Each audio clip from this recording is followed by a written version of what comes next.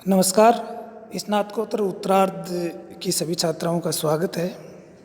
ई video की श्रृंखला में आज का हमारा अगला जो वीडियो है वो राजभाषा विषय को लेकर के है। हमारी जो तीसरी इकाई है उसका अंतिम जो प्रकरण है राजभाषा। राजभाषा हिंदी के संदर्भ में है। भाषा के कई रूप प्रचलित रहते हैं। राष्ट्रभाषा, राजभाषा, मातृभाषा। राष्ट्रभाषा और राजभाषा दो प्रकरण इस प्रकार के हैं जिनके बारे में हमें बार बार चर्चा करने की आवश्यकता पड़ती है।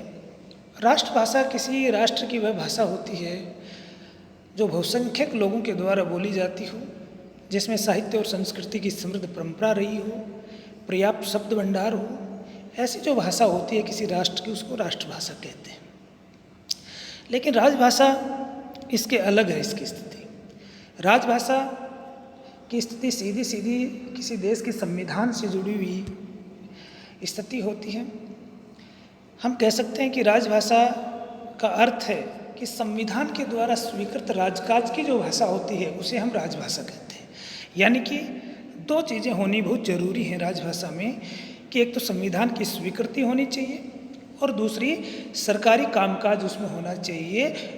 इन गुणों से युक्त जो भाषा होती है उसको हम राजभाषा कहते हैं।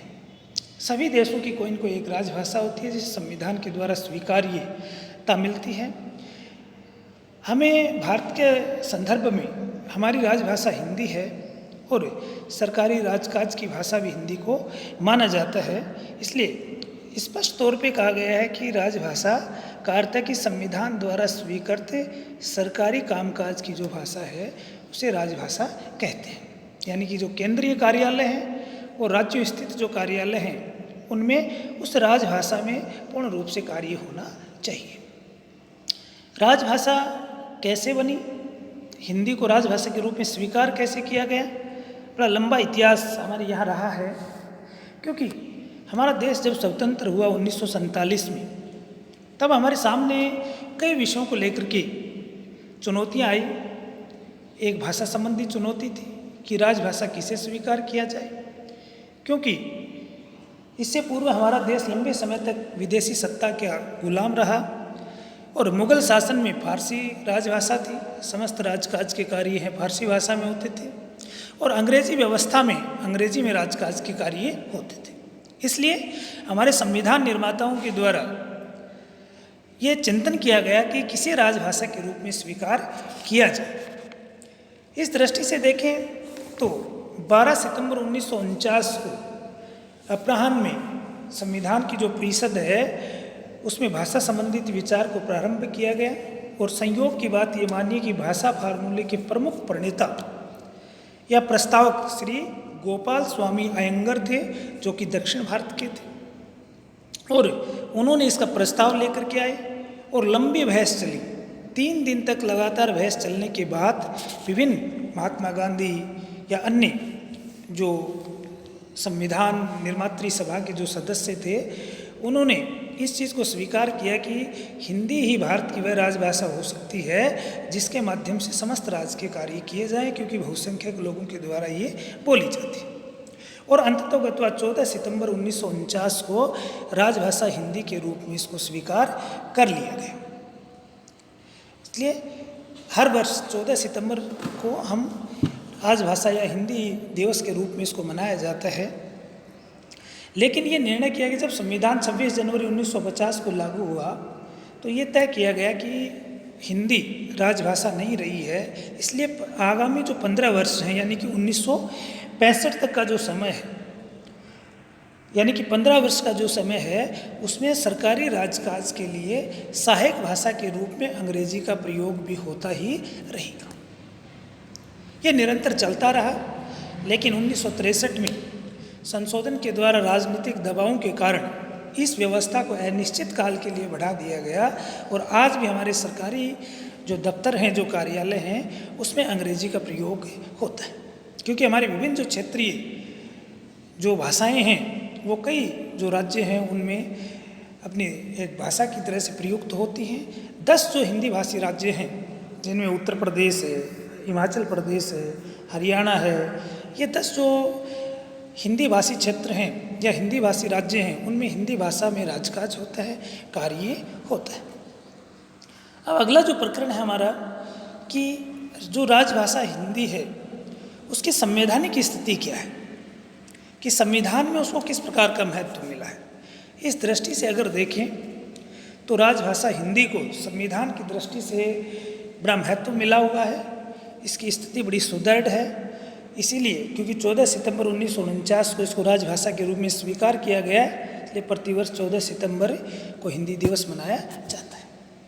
हमारे संविधान के भाग 5 के अनुच्छेद 120, भाग 6 के अनुच्छेद 210 और भाग 17 के अनुच्छेद 343 से लेकर के 351 तक राजभाषा संबंधित स्थितियाँ स्पष्ट की गई हैं।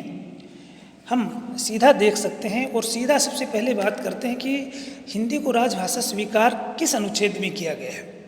तो संविधान के भाग 17 को हम देखेंगे कि 343 में स्पष्ट कहा गया है कि संघ की राजभाषा हिंदी और लिपि देवनागरी होगी।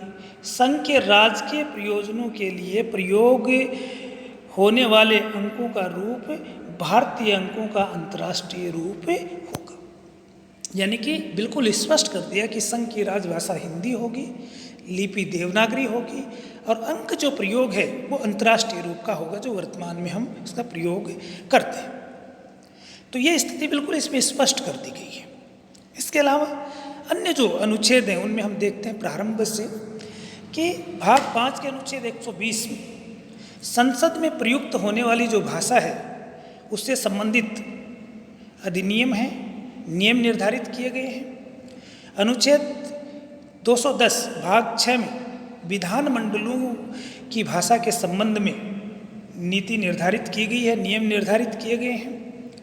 उसके बाद तत्पश्चात सीधा हम भाग 17 में आते हैं और भाग 17 के अनुच्छेद 343 से लेकर के 351 तक का जो भाग है वो राजभाषा हिंदी की स्थिति को स्पष्ट करता है। पहला जो अनुच्छेद 343 जिसकी हमने चर्चा कर ली है, दूसरा अनुच्छेद 344 और 344 जो अनुच्छेद है उसमें यह कि राष्ट्रपति एक राजभाषा आयोग का गठन करेगा और संसद समिति का गठन करेगा। और इसकी अनुपालना में ये भी हुआ कि हमारे राष्ट्रपति महोदय ने 7 जून 1955 को प्रथम राजभाषा आयोग का गठन किया, जिसके प्रथम अध्यक्ष बाल गंगाधर खेर यानी कि बीजी खेर थे, 20 सदस्य उसके थे। इसके बाद 345 जो अनुच्छेद है वो राज्य की राजभाषाओं से संबंधित है। 346 है वो एक राज्य से दूसरे राज्य के बीच या राज्य व संघ के बीच पत्र व्यवहार की भाषा कैसी होनी चाहिए उसके संबंध में इसका वर्णन किया गया है। इसके बाद अनुच्छेद 347 कि किसी भी राज्य की जनसंख्या के किसी अनुभाग द्वारा बोली जाने वाली भाषा के संबंध में नियम निर्धारित किए गए हैं। यानी कि क्या स्थिति कि एक राज्य है, उसके किसी एक भाग में भूभाग में बहुत ज़्यादा बोलने वाले लोगों की, एक ही बोली बोलने वाले लोगों की अगर संख्या हो तो उसके संबंध में किस प्रकार के नियम निर्धारित किए जाए, इसका चित्रण इसमें किया गया है। अनुच्छेद 348 है उसमें उच्चतम न्यायालय, उच्च न्यायालयों के संबंध में भाषा का प्रयोग किस प्रकार से हो, अधिनियमों विधेयकों में भाषा का प्रयोग कैसे हो, इसका वर्णन किया गया है। अनुच्छेद 349 है उसमें भाषा से संबंधित विधियां अधिनियमित करने के लिए विशेष प्रक्रिया का वर्णन किया गया है। इसके बाद अनुच्छेद 350 है वो उसके 3 भाग हैं, 3 इसमें चर्चाएं हैं कि उन अनुच्छेद 350 उसमें विभिन्न व्यक्तियों के द्वारा जो अपने शिकायत निवारण के लिए जो आवेदन किए जाते हैं उन आवेदनों की भाषा कैसी होनी चाहिए, इसकी चर्चा की गई है। दूसरा अनुच्छेद 350 क्या है उसमें स्पष्ट लिखा गया है कि प्राथमिक स्तर पर जो मातृभाषा में जो शिक्षा की जो सुविधाएं किस प्रकार से प्रदान की जानी चाहिए उसके नियम निर्धारित हैं। और 350 जो ख है उसमें भाषाई अल्पसंख्यकों के लिए प्रावधान किया गया है। और अंतिम जो अनुच्छेद है 351 जो बड़ा महत्वपूर्ण है, इसमें सीधा उल्लेख किया गया है राज्य सरकार और जो केंद्र सरकार है उनके दायित्व निर्धारित किए गए हैं कि हिंदी जो राजभाषा है उसके प्रचार और प्रसार में उन्हें क्या कार्य करना है, क्या योगदान देना है।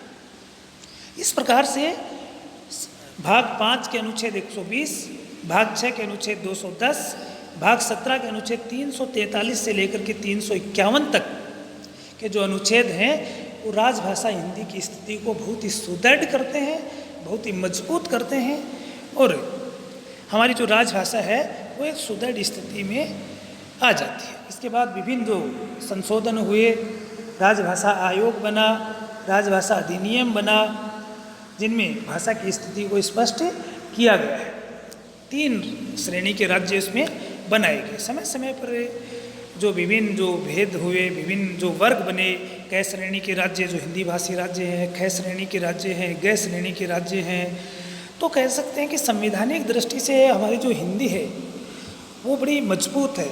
लेकिन क्या व्यवहारिक दृष्टिकोण से अगर उसे देखा जाए तो क्या वास्तविक मायने में हिंदी एक राजभाषा बन पाई है? इस पे हमें चिंतन करना है। तो ऐसी कौन सी चुनौतियां हैं, ऐसी कौन सी समस्याएं हैं जो राजभाषा हिंदी को हिंदी बनने में से रोकती हैं, राजभाषा का दर्जा प्राप्त करने में रोकती है?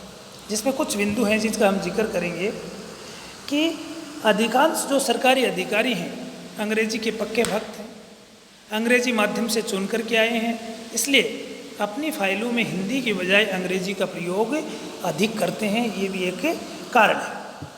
दूसरा कि अंग्रेजी भाषा अंग्रेज़ों की भाषा है जिसने बड़े लंबे समय तक भारत पर शासन किया और शासकों की भाषा होने के कारण उसे प्रतिष्ठित भाषा के रूप में स्वीकार करते हुए हम हीन भावना के शिकार होते जा रहे हैं, इसलिए उसका अनुकरण करते हैं। तीसरा जो कारण है वो ये है कि लोगों में देशभक्ति, राष्ट्रीयता और अपनी संस्कृति से लगाव की भावना उत्पन्न नहीं हुई। अंग्रेजी भाषा का उच्चारण में अपने आप की श्रेष्ठता मानते हैं।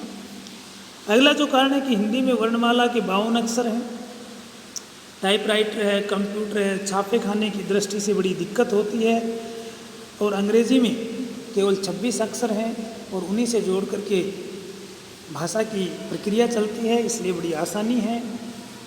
दूसरा, अंग्रेजी आज एक संपर्क भाषा के रूप में स्थापित हो चुकी है, स्टेटस सिंबल हो चुकी है, इसलिए लोग इसका अधिक प्रयोग करते हैं, हिंदी का प्रयोग कम करते हैं। हमारे जो सुप्रीम कोर्ट है, हाई कोर्ट है, अधिकांश जिला कोर्ट है, उनमें भी काम अंग्रेजी में होता है, इस वजह से हिंदी का प्रयोग कम हो रहा है। ये सारी जो समस्याएं हैं वो राजभाषा बनने में बाधक बनी हुई हैं। अगर इनका निदान कर दिया जाए, इनका निवारण कर दिया जाए तो पूरे मायने में हिंदी एक राजभाषा के रूप में स्थापित हो सकती है। इसके कुछ समाधान हैं जिसके बारे में हम चर्चा कर सकते हैं कि जो अंग्रेजी जो भक्त सरकारी अधिकारी वो धीरे धीरे सेवानिवृत्त हो जाएंगे और आगे आने वाले जो अधिकारी हैं अगर वो हिंदी माध्यम से चुन करके आते हैं और उनकी मानसिकता अगर हिंदी के प्रति सकारात्मक बन जाए तो हिंदी की स्थिति सुदृढ़ या मजबूत हो सकती है। लोगों में स्वाभिमान जागृत हो, अपनी मातृभाषा, अपनी राजभाषा के प्रति अभिमान जागृत हो और धीरे धीरे जो अंग्रेजी को बोलना श्रेष्ठता का प्रतीक और हिंदी का प्रयोग करना हीनता का प्रतीक मानते हैं, अगर ये बात दूर हो जाए तो भी हिंदी धीरे धीरे राजभाषा की स्थिति सुदृढ़ हो जाएगी। लोगों में देशभक्ति और राष्ट्रीयता की भावना और भारतीय संस्कृति की श्रेष्ठता की भावना उत्पन्न करनी होगी। टाइपराइटर है, कंप्यूटर है, छापे खाने हैं आदि को हिंदी के अनुरूप सरल और सहज रूप से बनाने होंगे ताकि आसानी से इसमें टाइप हो सके, आसानी से इसमें लोगों को सामग्री उपलब्ध हो सके। विदेशी जो संपर्क की भाषा जिसको अंग्रेज़ी मान करके हम अंग्रेज़ी के पीछे पड़े हुए हैं, क्योंकि हर व्यक्ति को अंग्रेज़ी की आवश्यकता नहीं पड़ती है, हर व्यक्ति को विदेश नहीं जाना पड़ता है, इसलिए अंग्रेज़ी आना भी ज़रूरी है, लेकिन हिंदी में प्रयोग अधिक से अधिक करें, ये भी एक स्थिति है। इसके बाद IAS जो पीसीएस की जो परीक्षाएं होती हैं, यूपीएससी की जो परीक्षाएं होती हैं, वो हिंदी माध्यम के लोगों को उसमें अधिक से अधिक महत्व प्रदान किया जाना चाहिए, ताकि लोगों में इस प्रकार की भावना पैदा हो कि हिंदी माध्यम से पढ़ कर के भी हम उच्च अधिकारी बन सकते हैं। इस प्रकार से हम देखते हैं कि राजभाषा जो हिंदी है वो किसे राजभाषा कहते हैं, राजभाषा हिंदी की संवैधानिक स्थिति कैसे है और व्यवहारिक दृष्टिकोण से उसकी स्थिति क्या है, और ऐसी कौन सी समस्याएं और चुनौतियां हैं जो देश के संविधान लागू होने के 70 वर्ष पश्चात भी पूर्ण रूप से हिंदी एक राजभाषा के रूप में स्थापित नहीं हो पाई है। वे कौन से कारण हैं और उनके निवारण के उपाय कौन कौन से, इन विषयों पर आज हमने चर्चा की है। और इसके सबसे मूल जो कारण वो राजनीतिक दबाव है, क्योंकि जब 1965 में 15 वर्ष का समय पूर्ण होने वाला था, और लेकिन दक्षिण भारत के जो कुछ राज्य हैं जो द्रविड़ भाषा परिवार से संबंधित तमिल, तेलुगु, मलयालम, जो हिंदी के बजाय अंग्रेजी का प्रयोग अधिक करते हैं, उन्होंने विरोध कर दिया था कि अगर हिंदी को पूर्ण रूप से राजभाषा के रूप में स्वीकार कर लिया गया तो हम पिछड़ जाएंगे। इसलिए संसद में विरोध के चलते हुए इस समय को अनिश्चित काल के लिए बढ़ा दिया गया, और हिंदी की वो सुदृढ़ स्थिति नहीं बन पाई जो बननी चाहिए थी। और हमें प्रयास करना चाहिए कि अधिक से अधिक हम अपनी राजभाषा के रूप में हिंदी का प्रयोग करें। अंग्रेजी भाषा का जानना भी जरूरी है, लेकिन अपनी हिंदी राजभाषा के रूप में स्वीकार न करके हीनता का परिचय दे करके अगर अंग्रेजी को जाने तो ये ज़्यादा उचित नहीं होगा। धन्यवाद।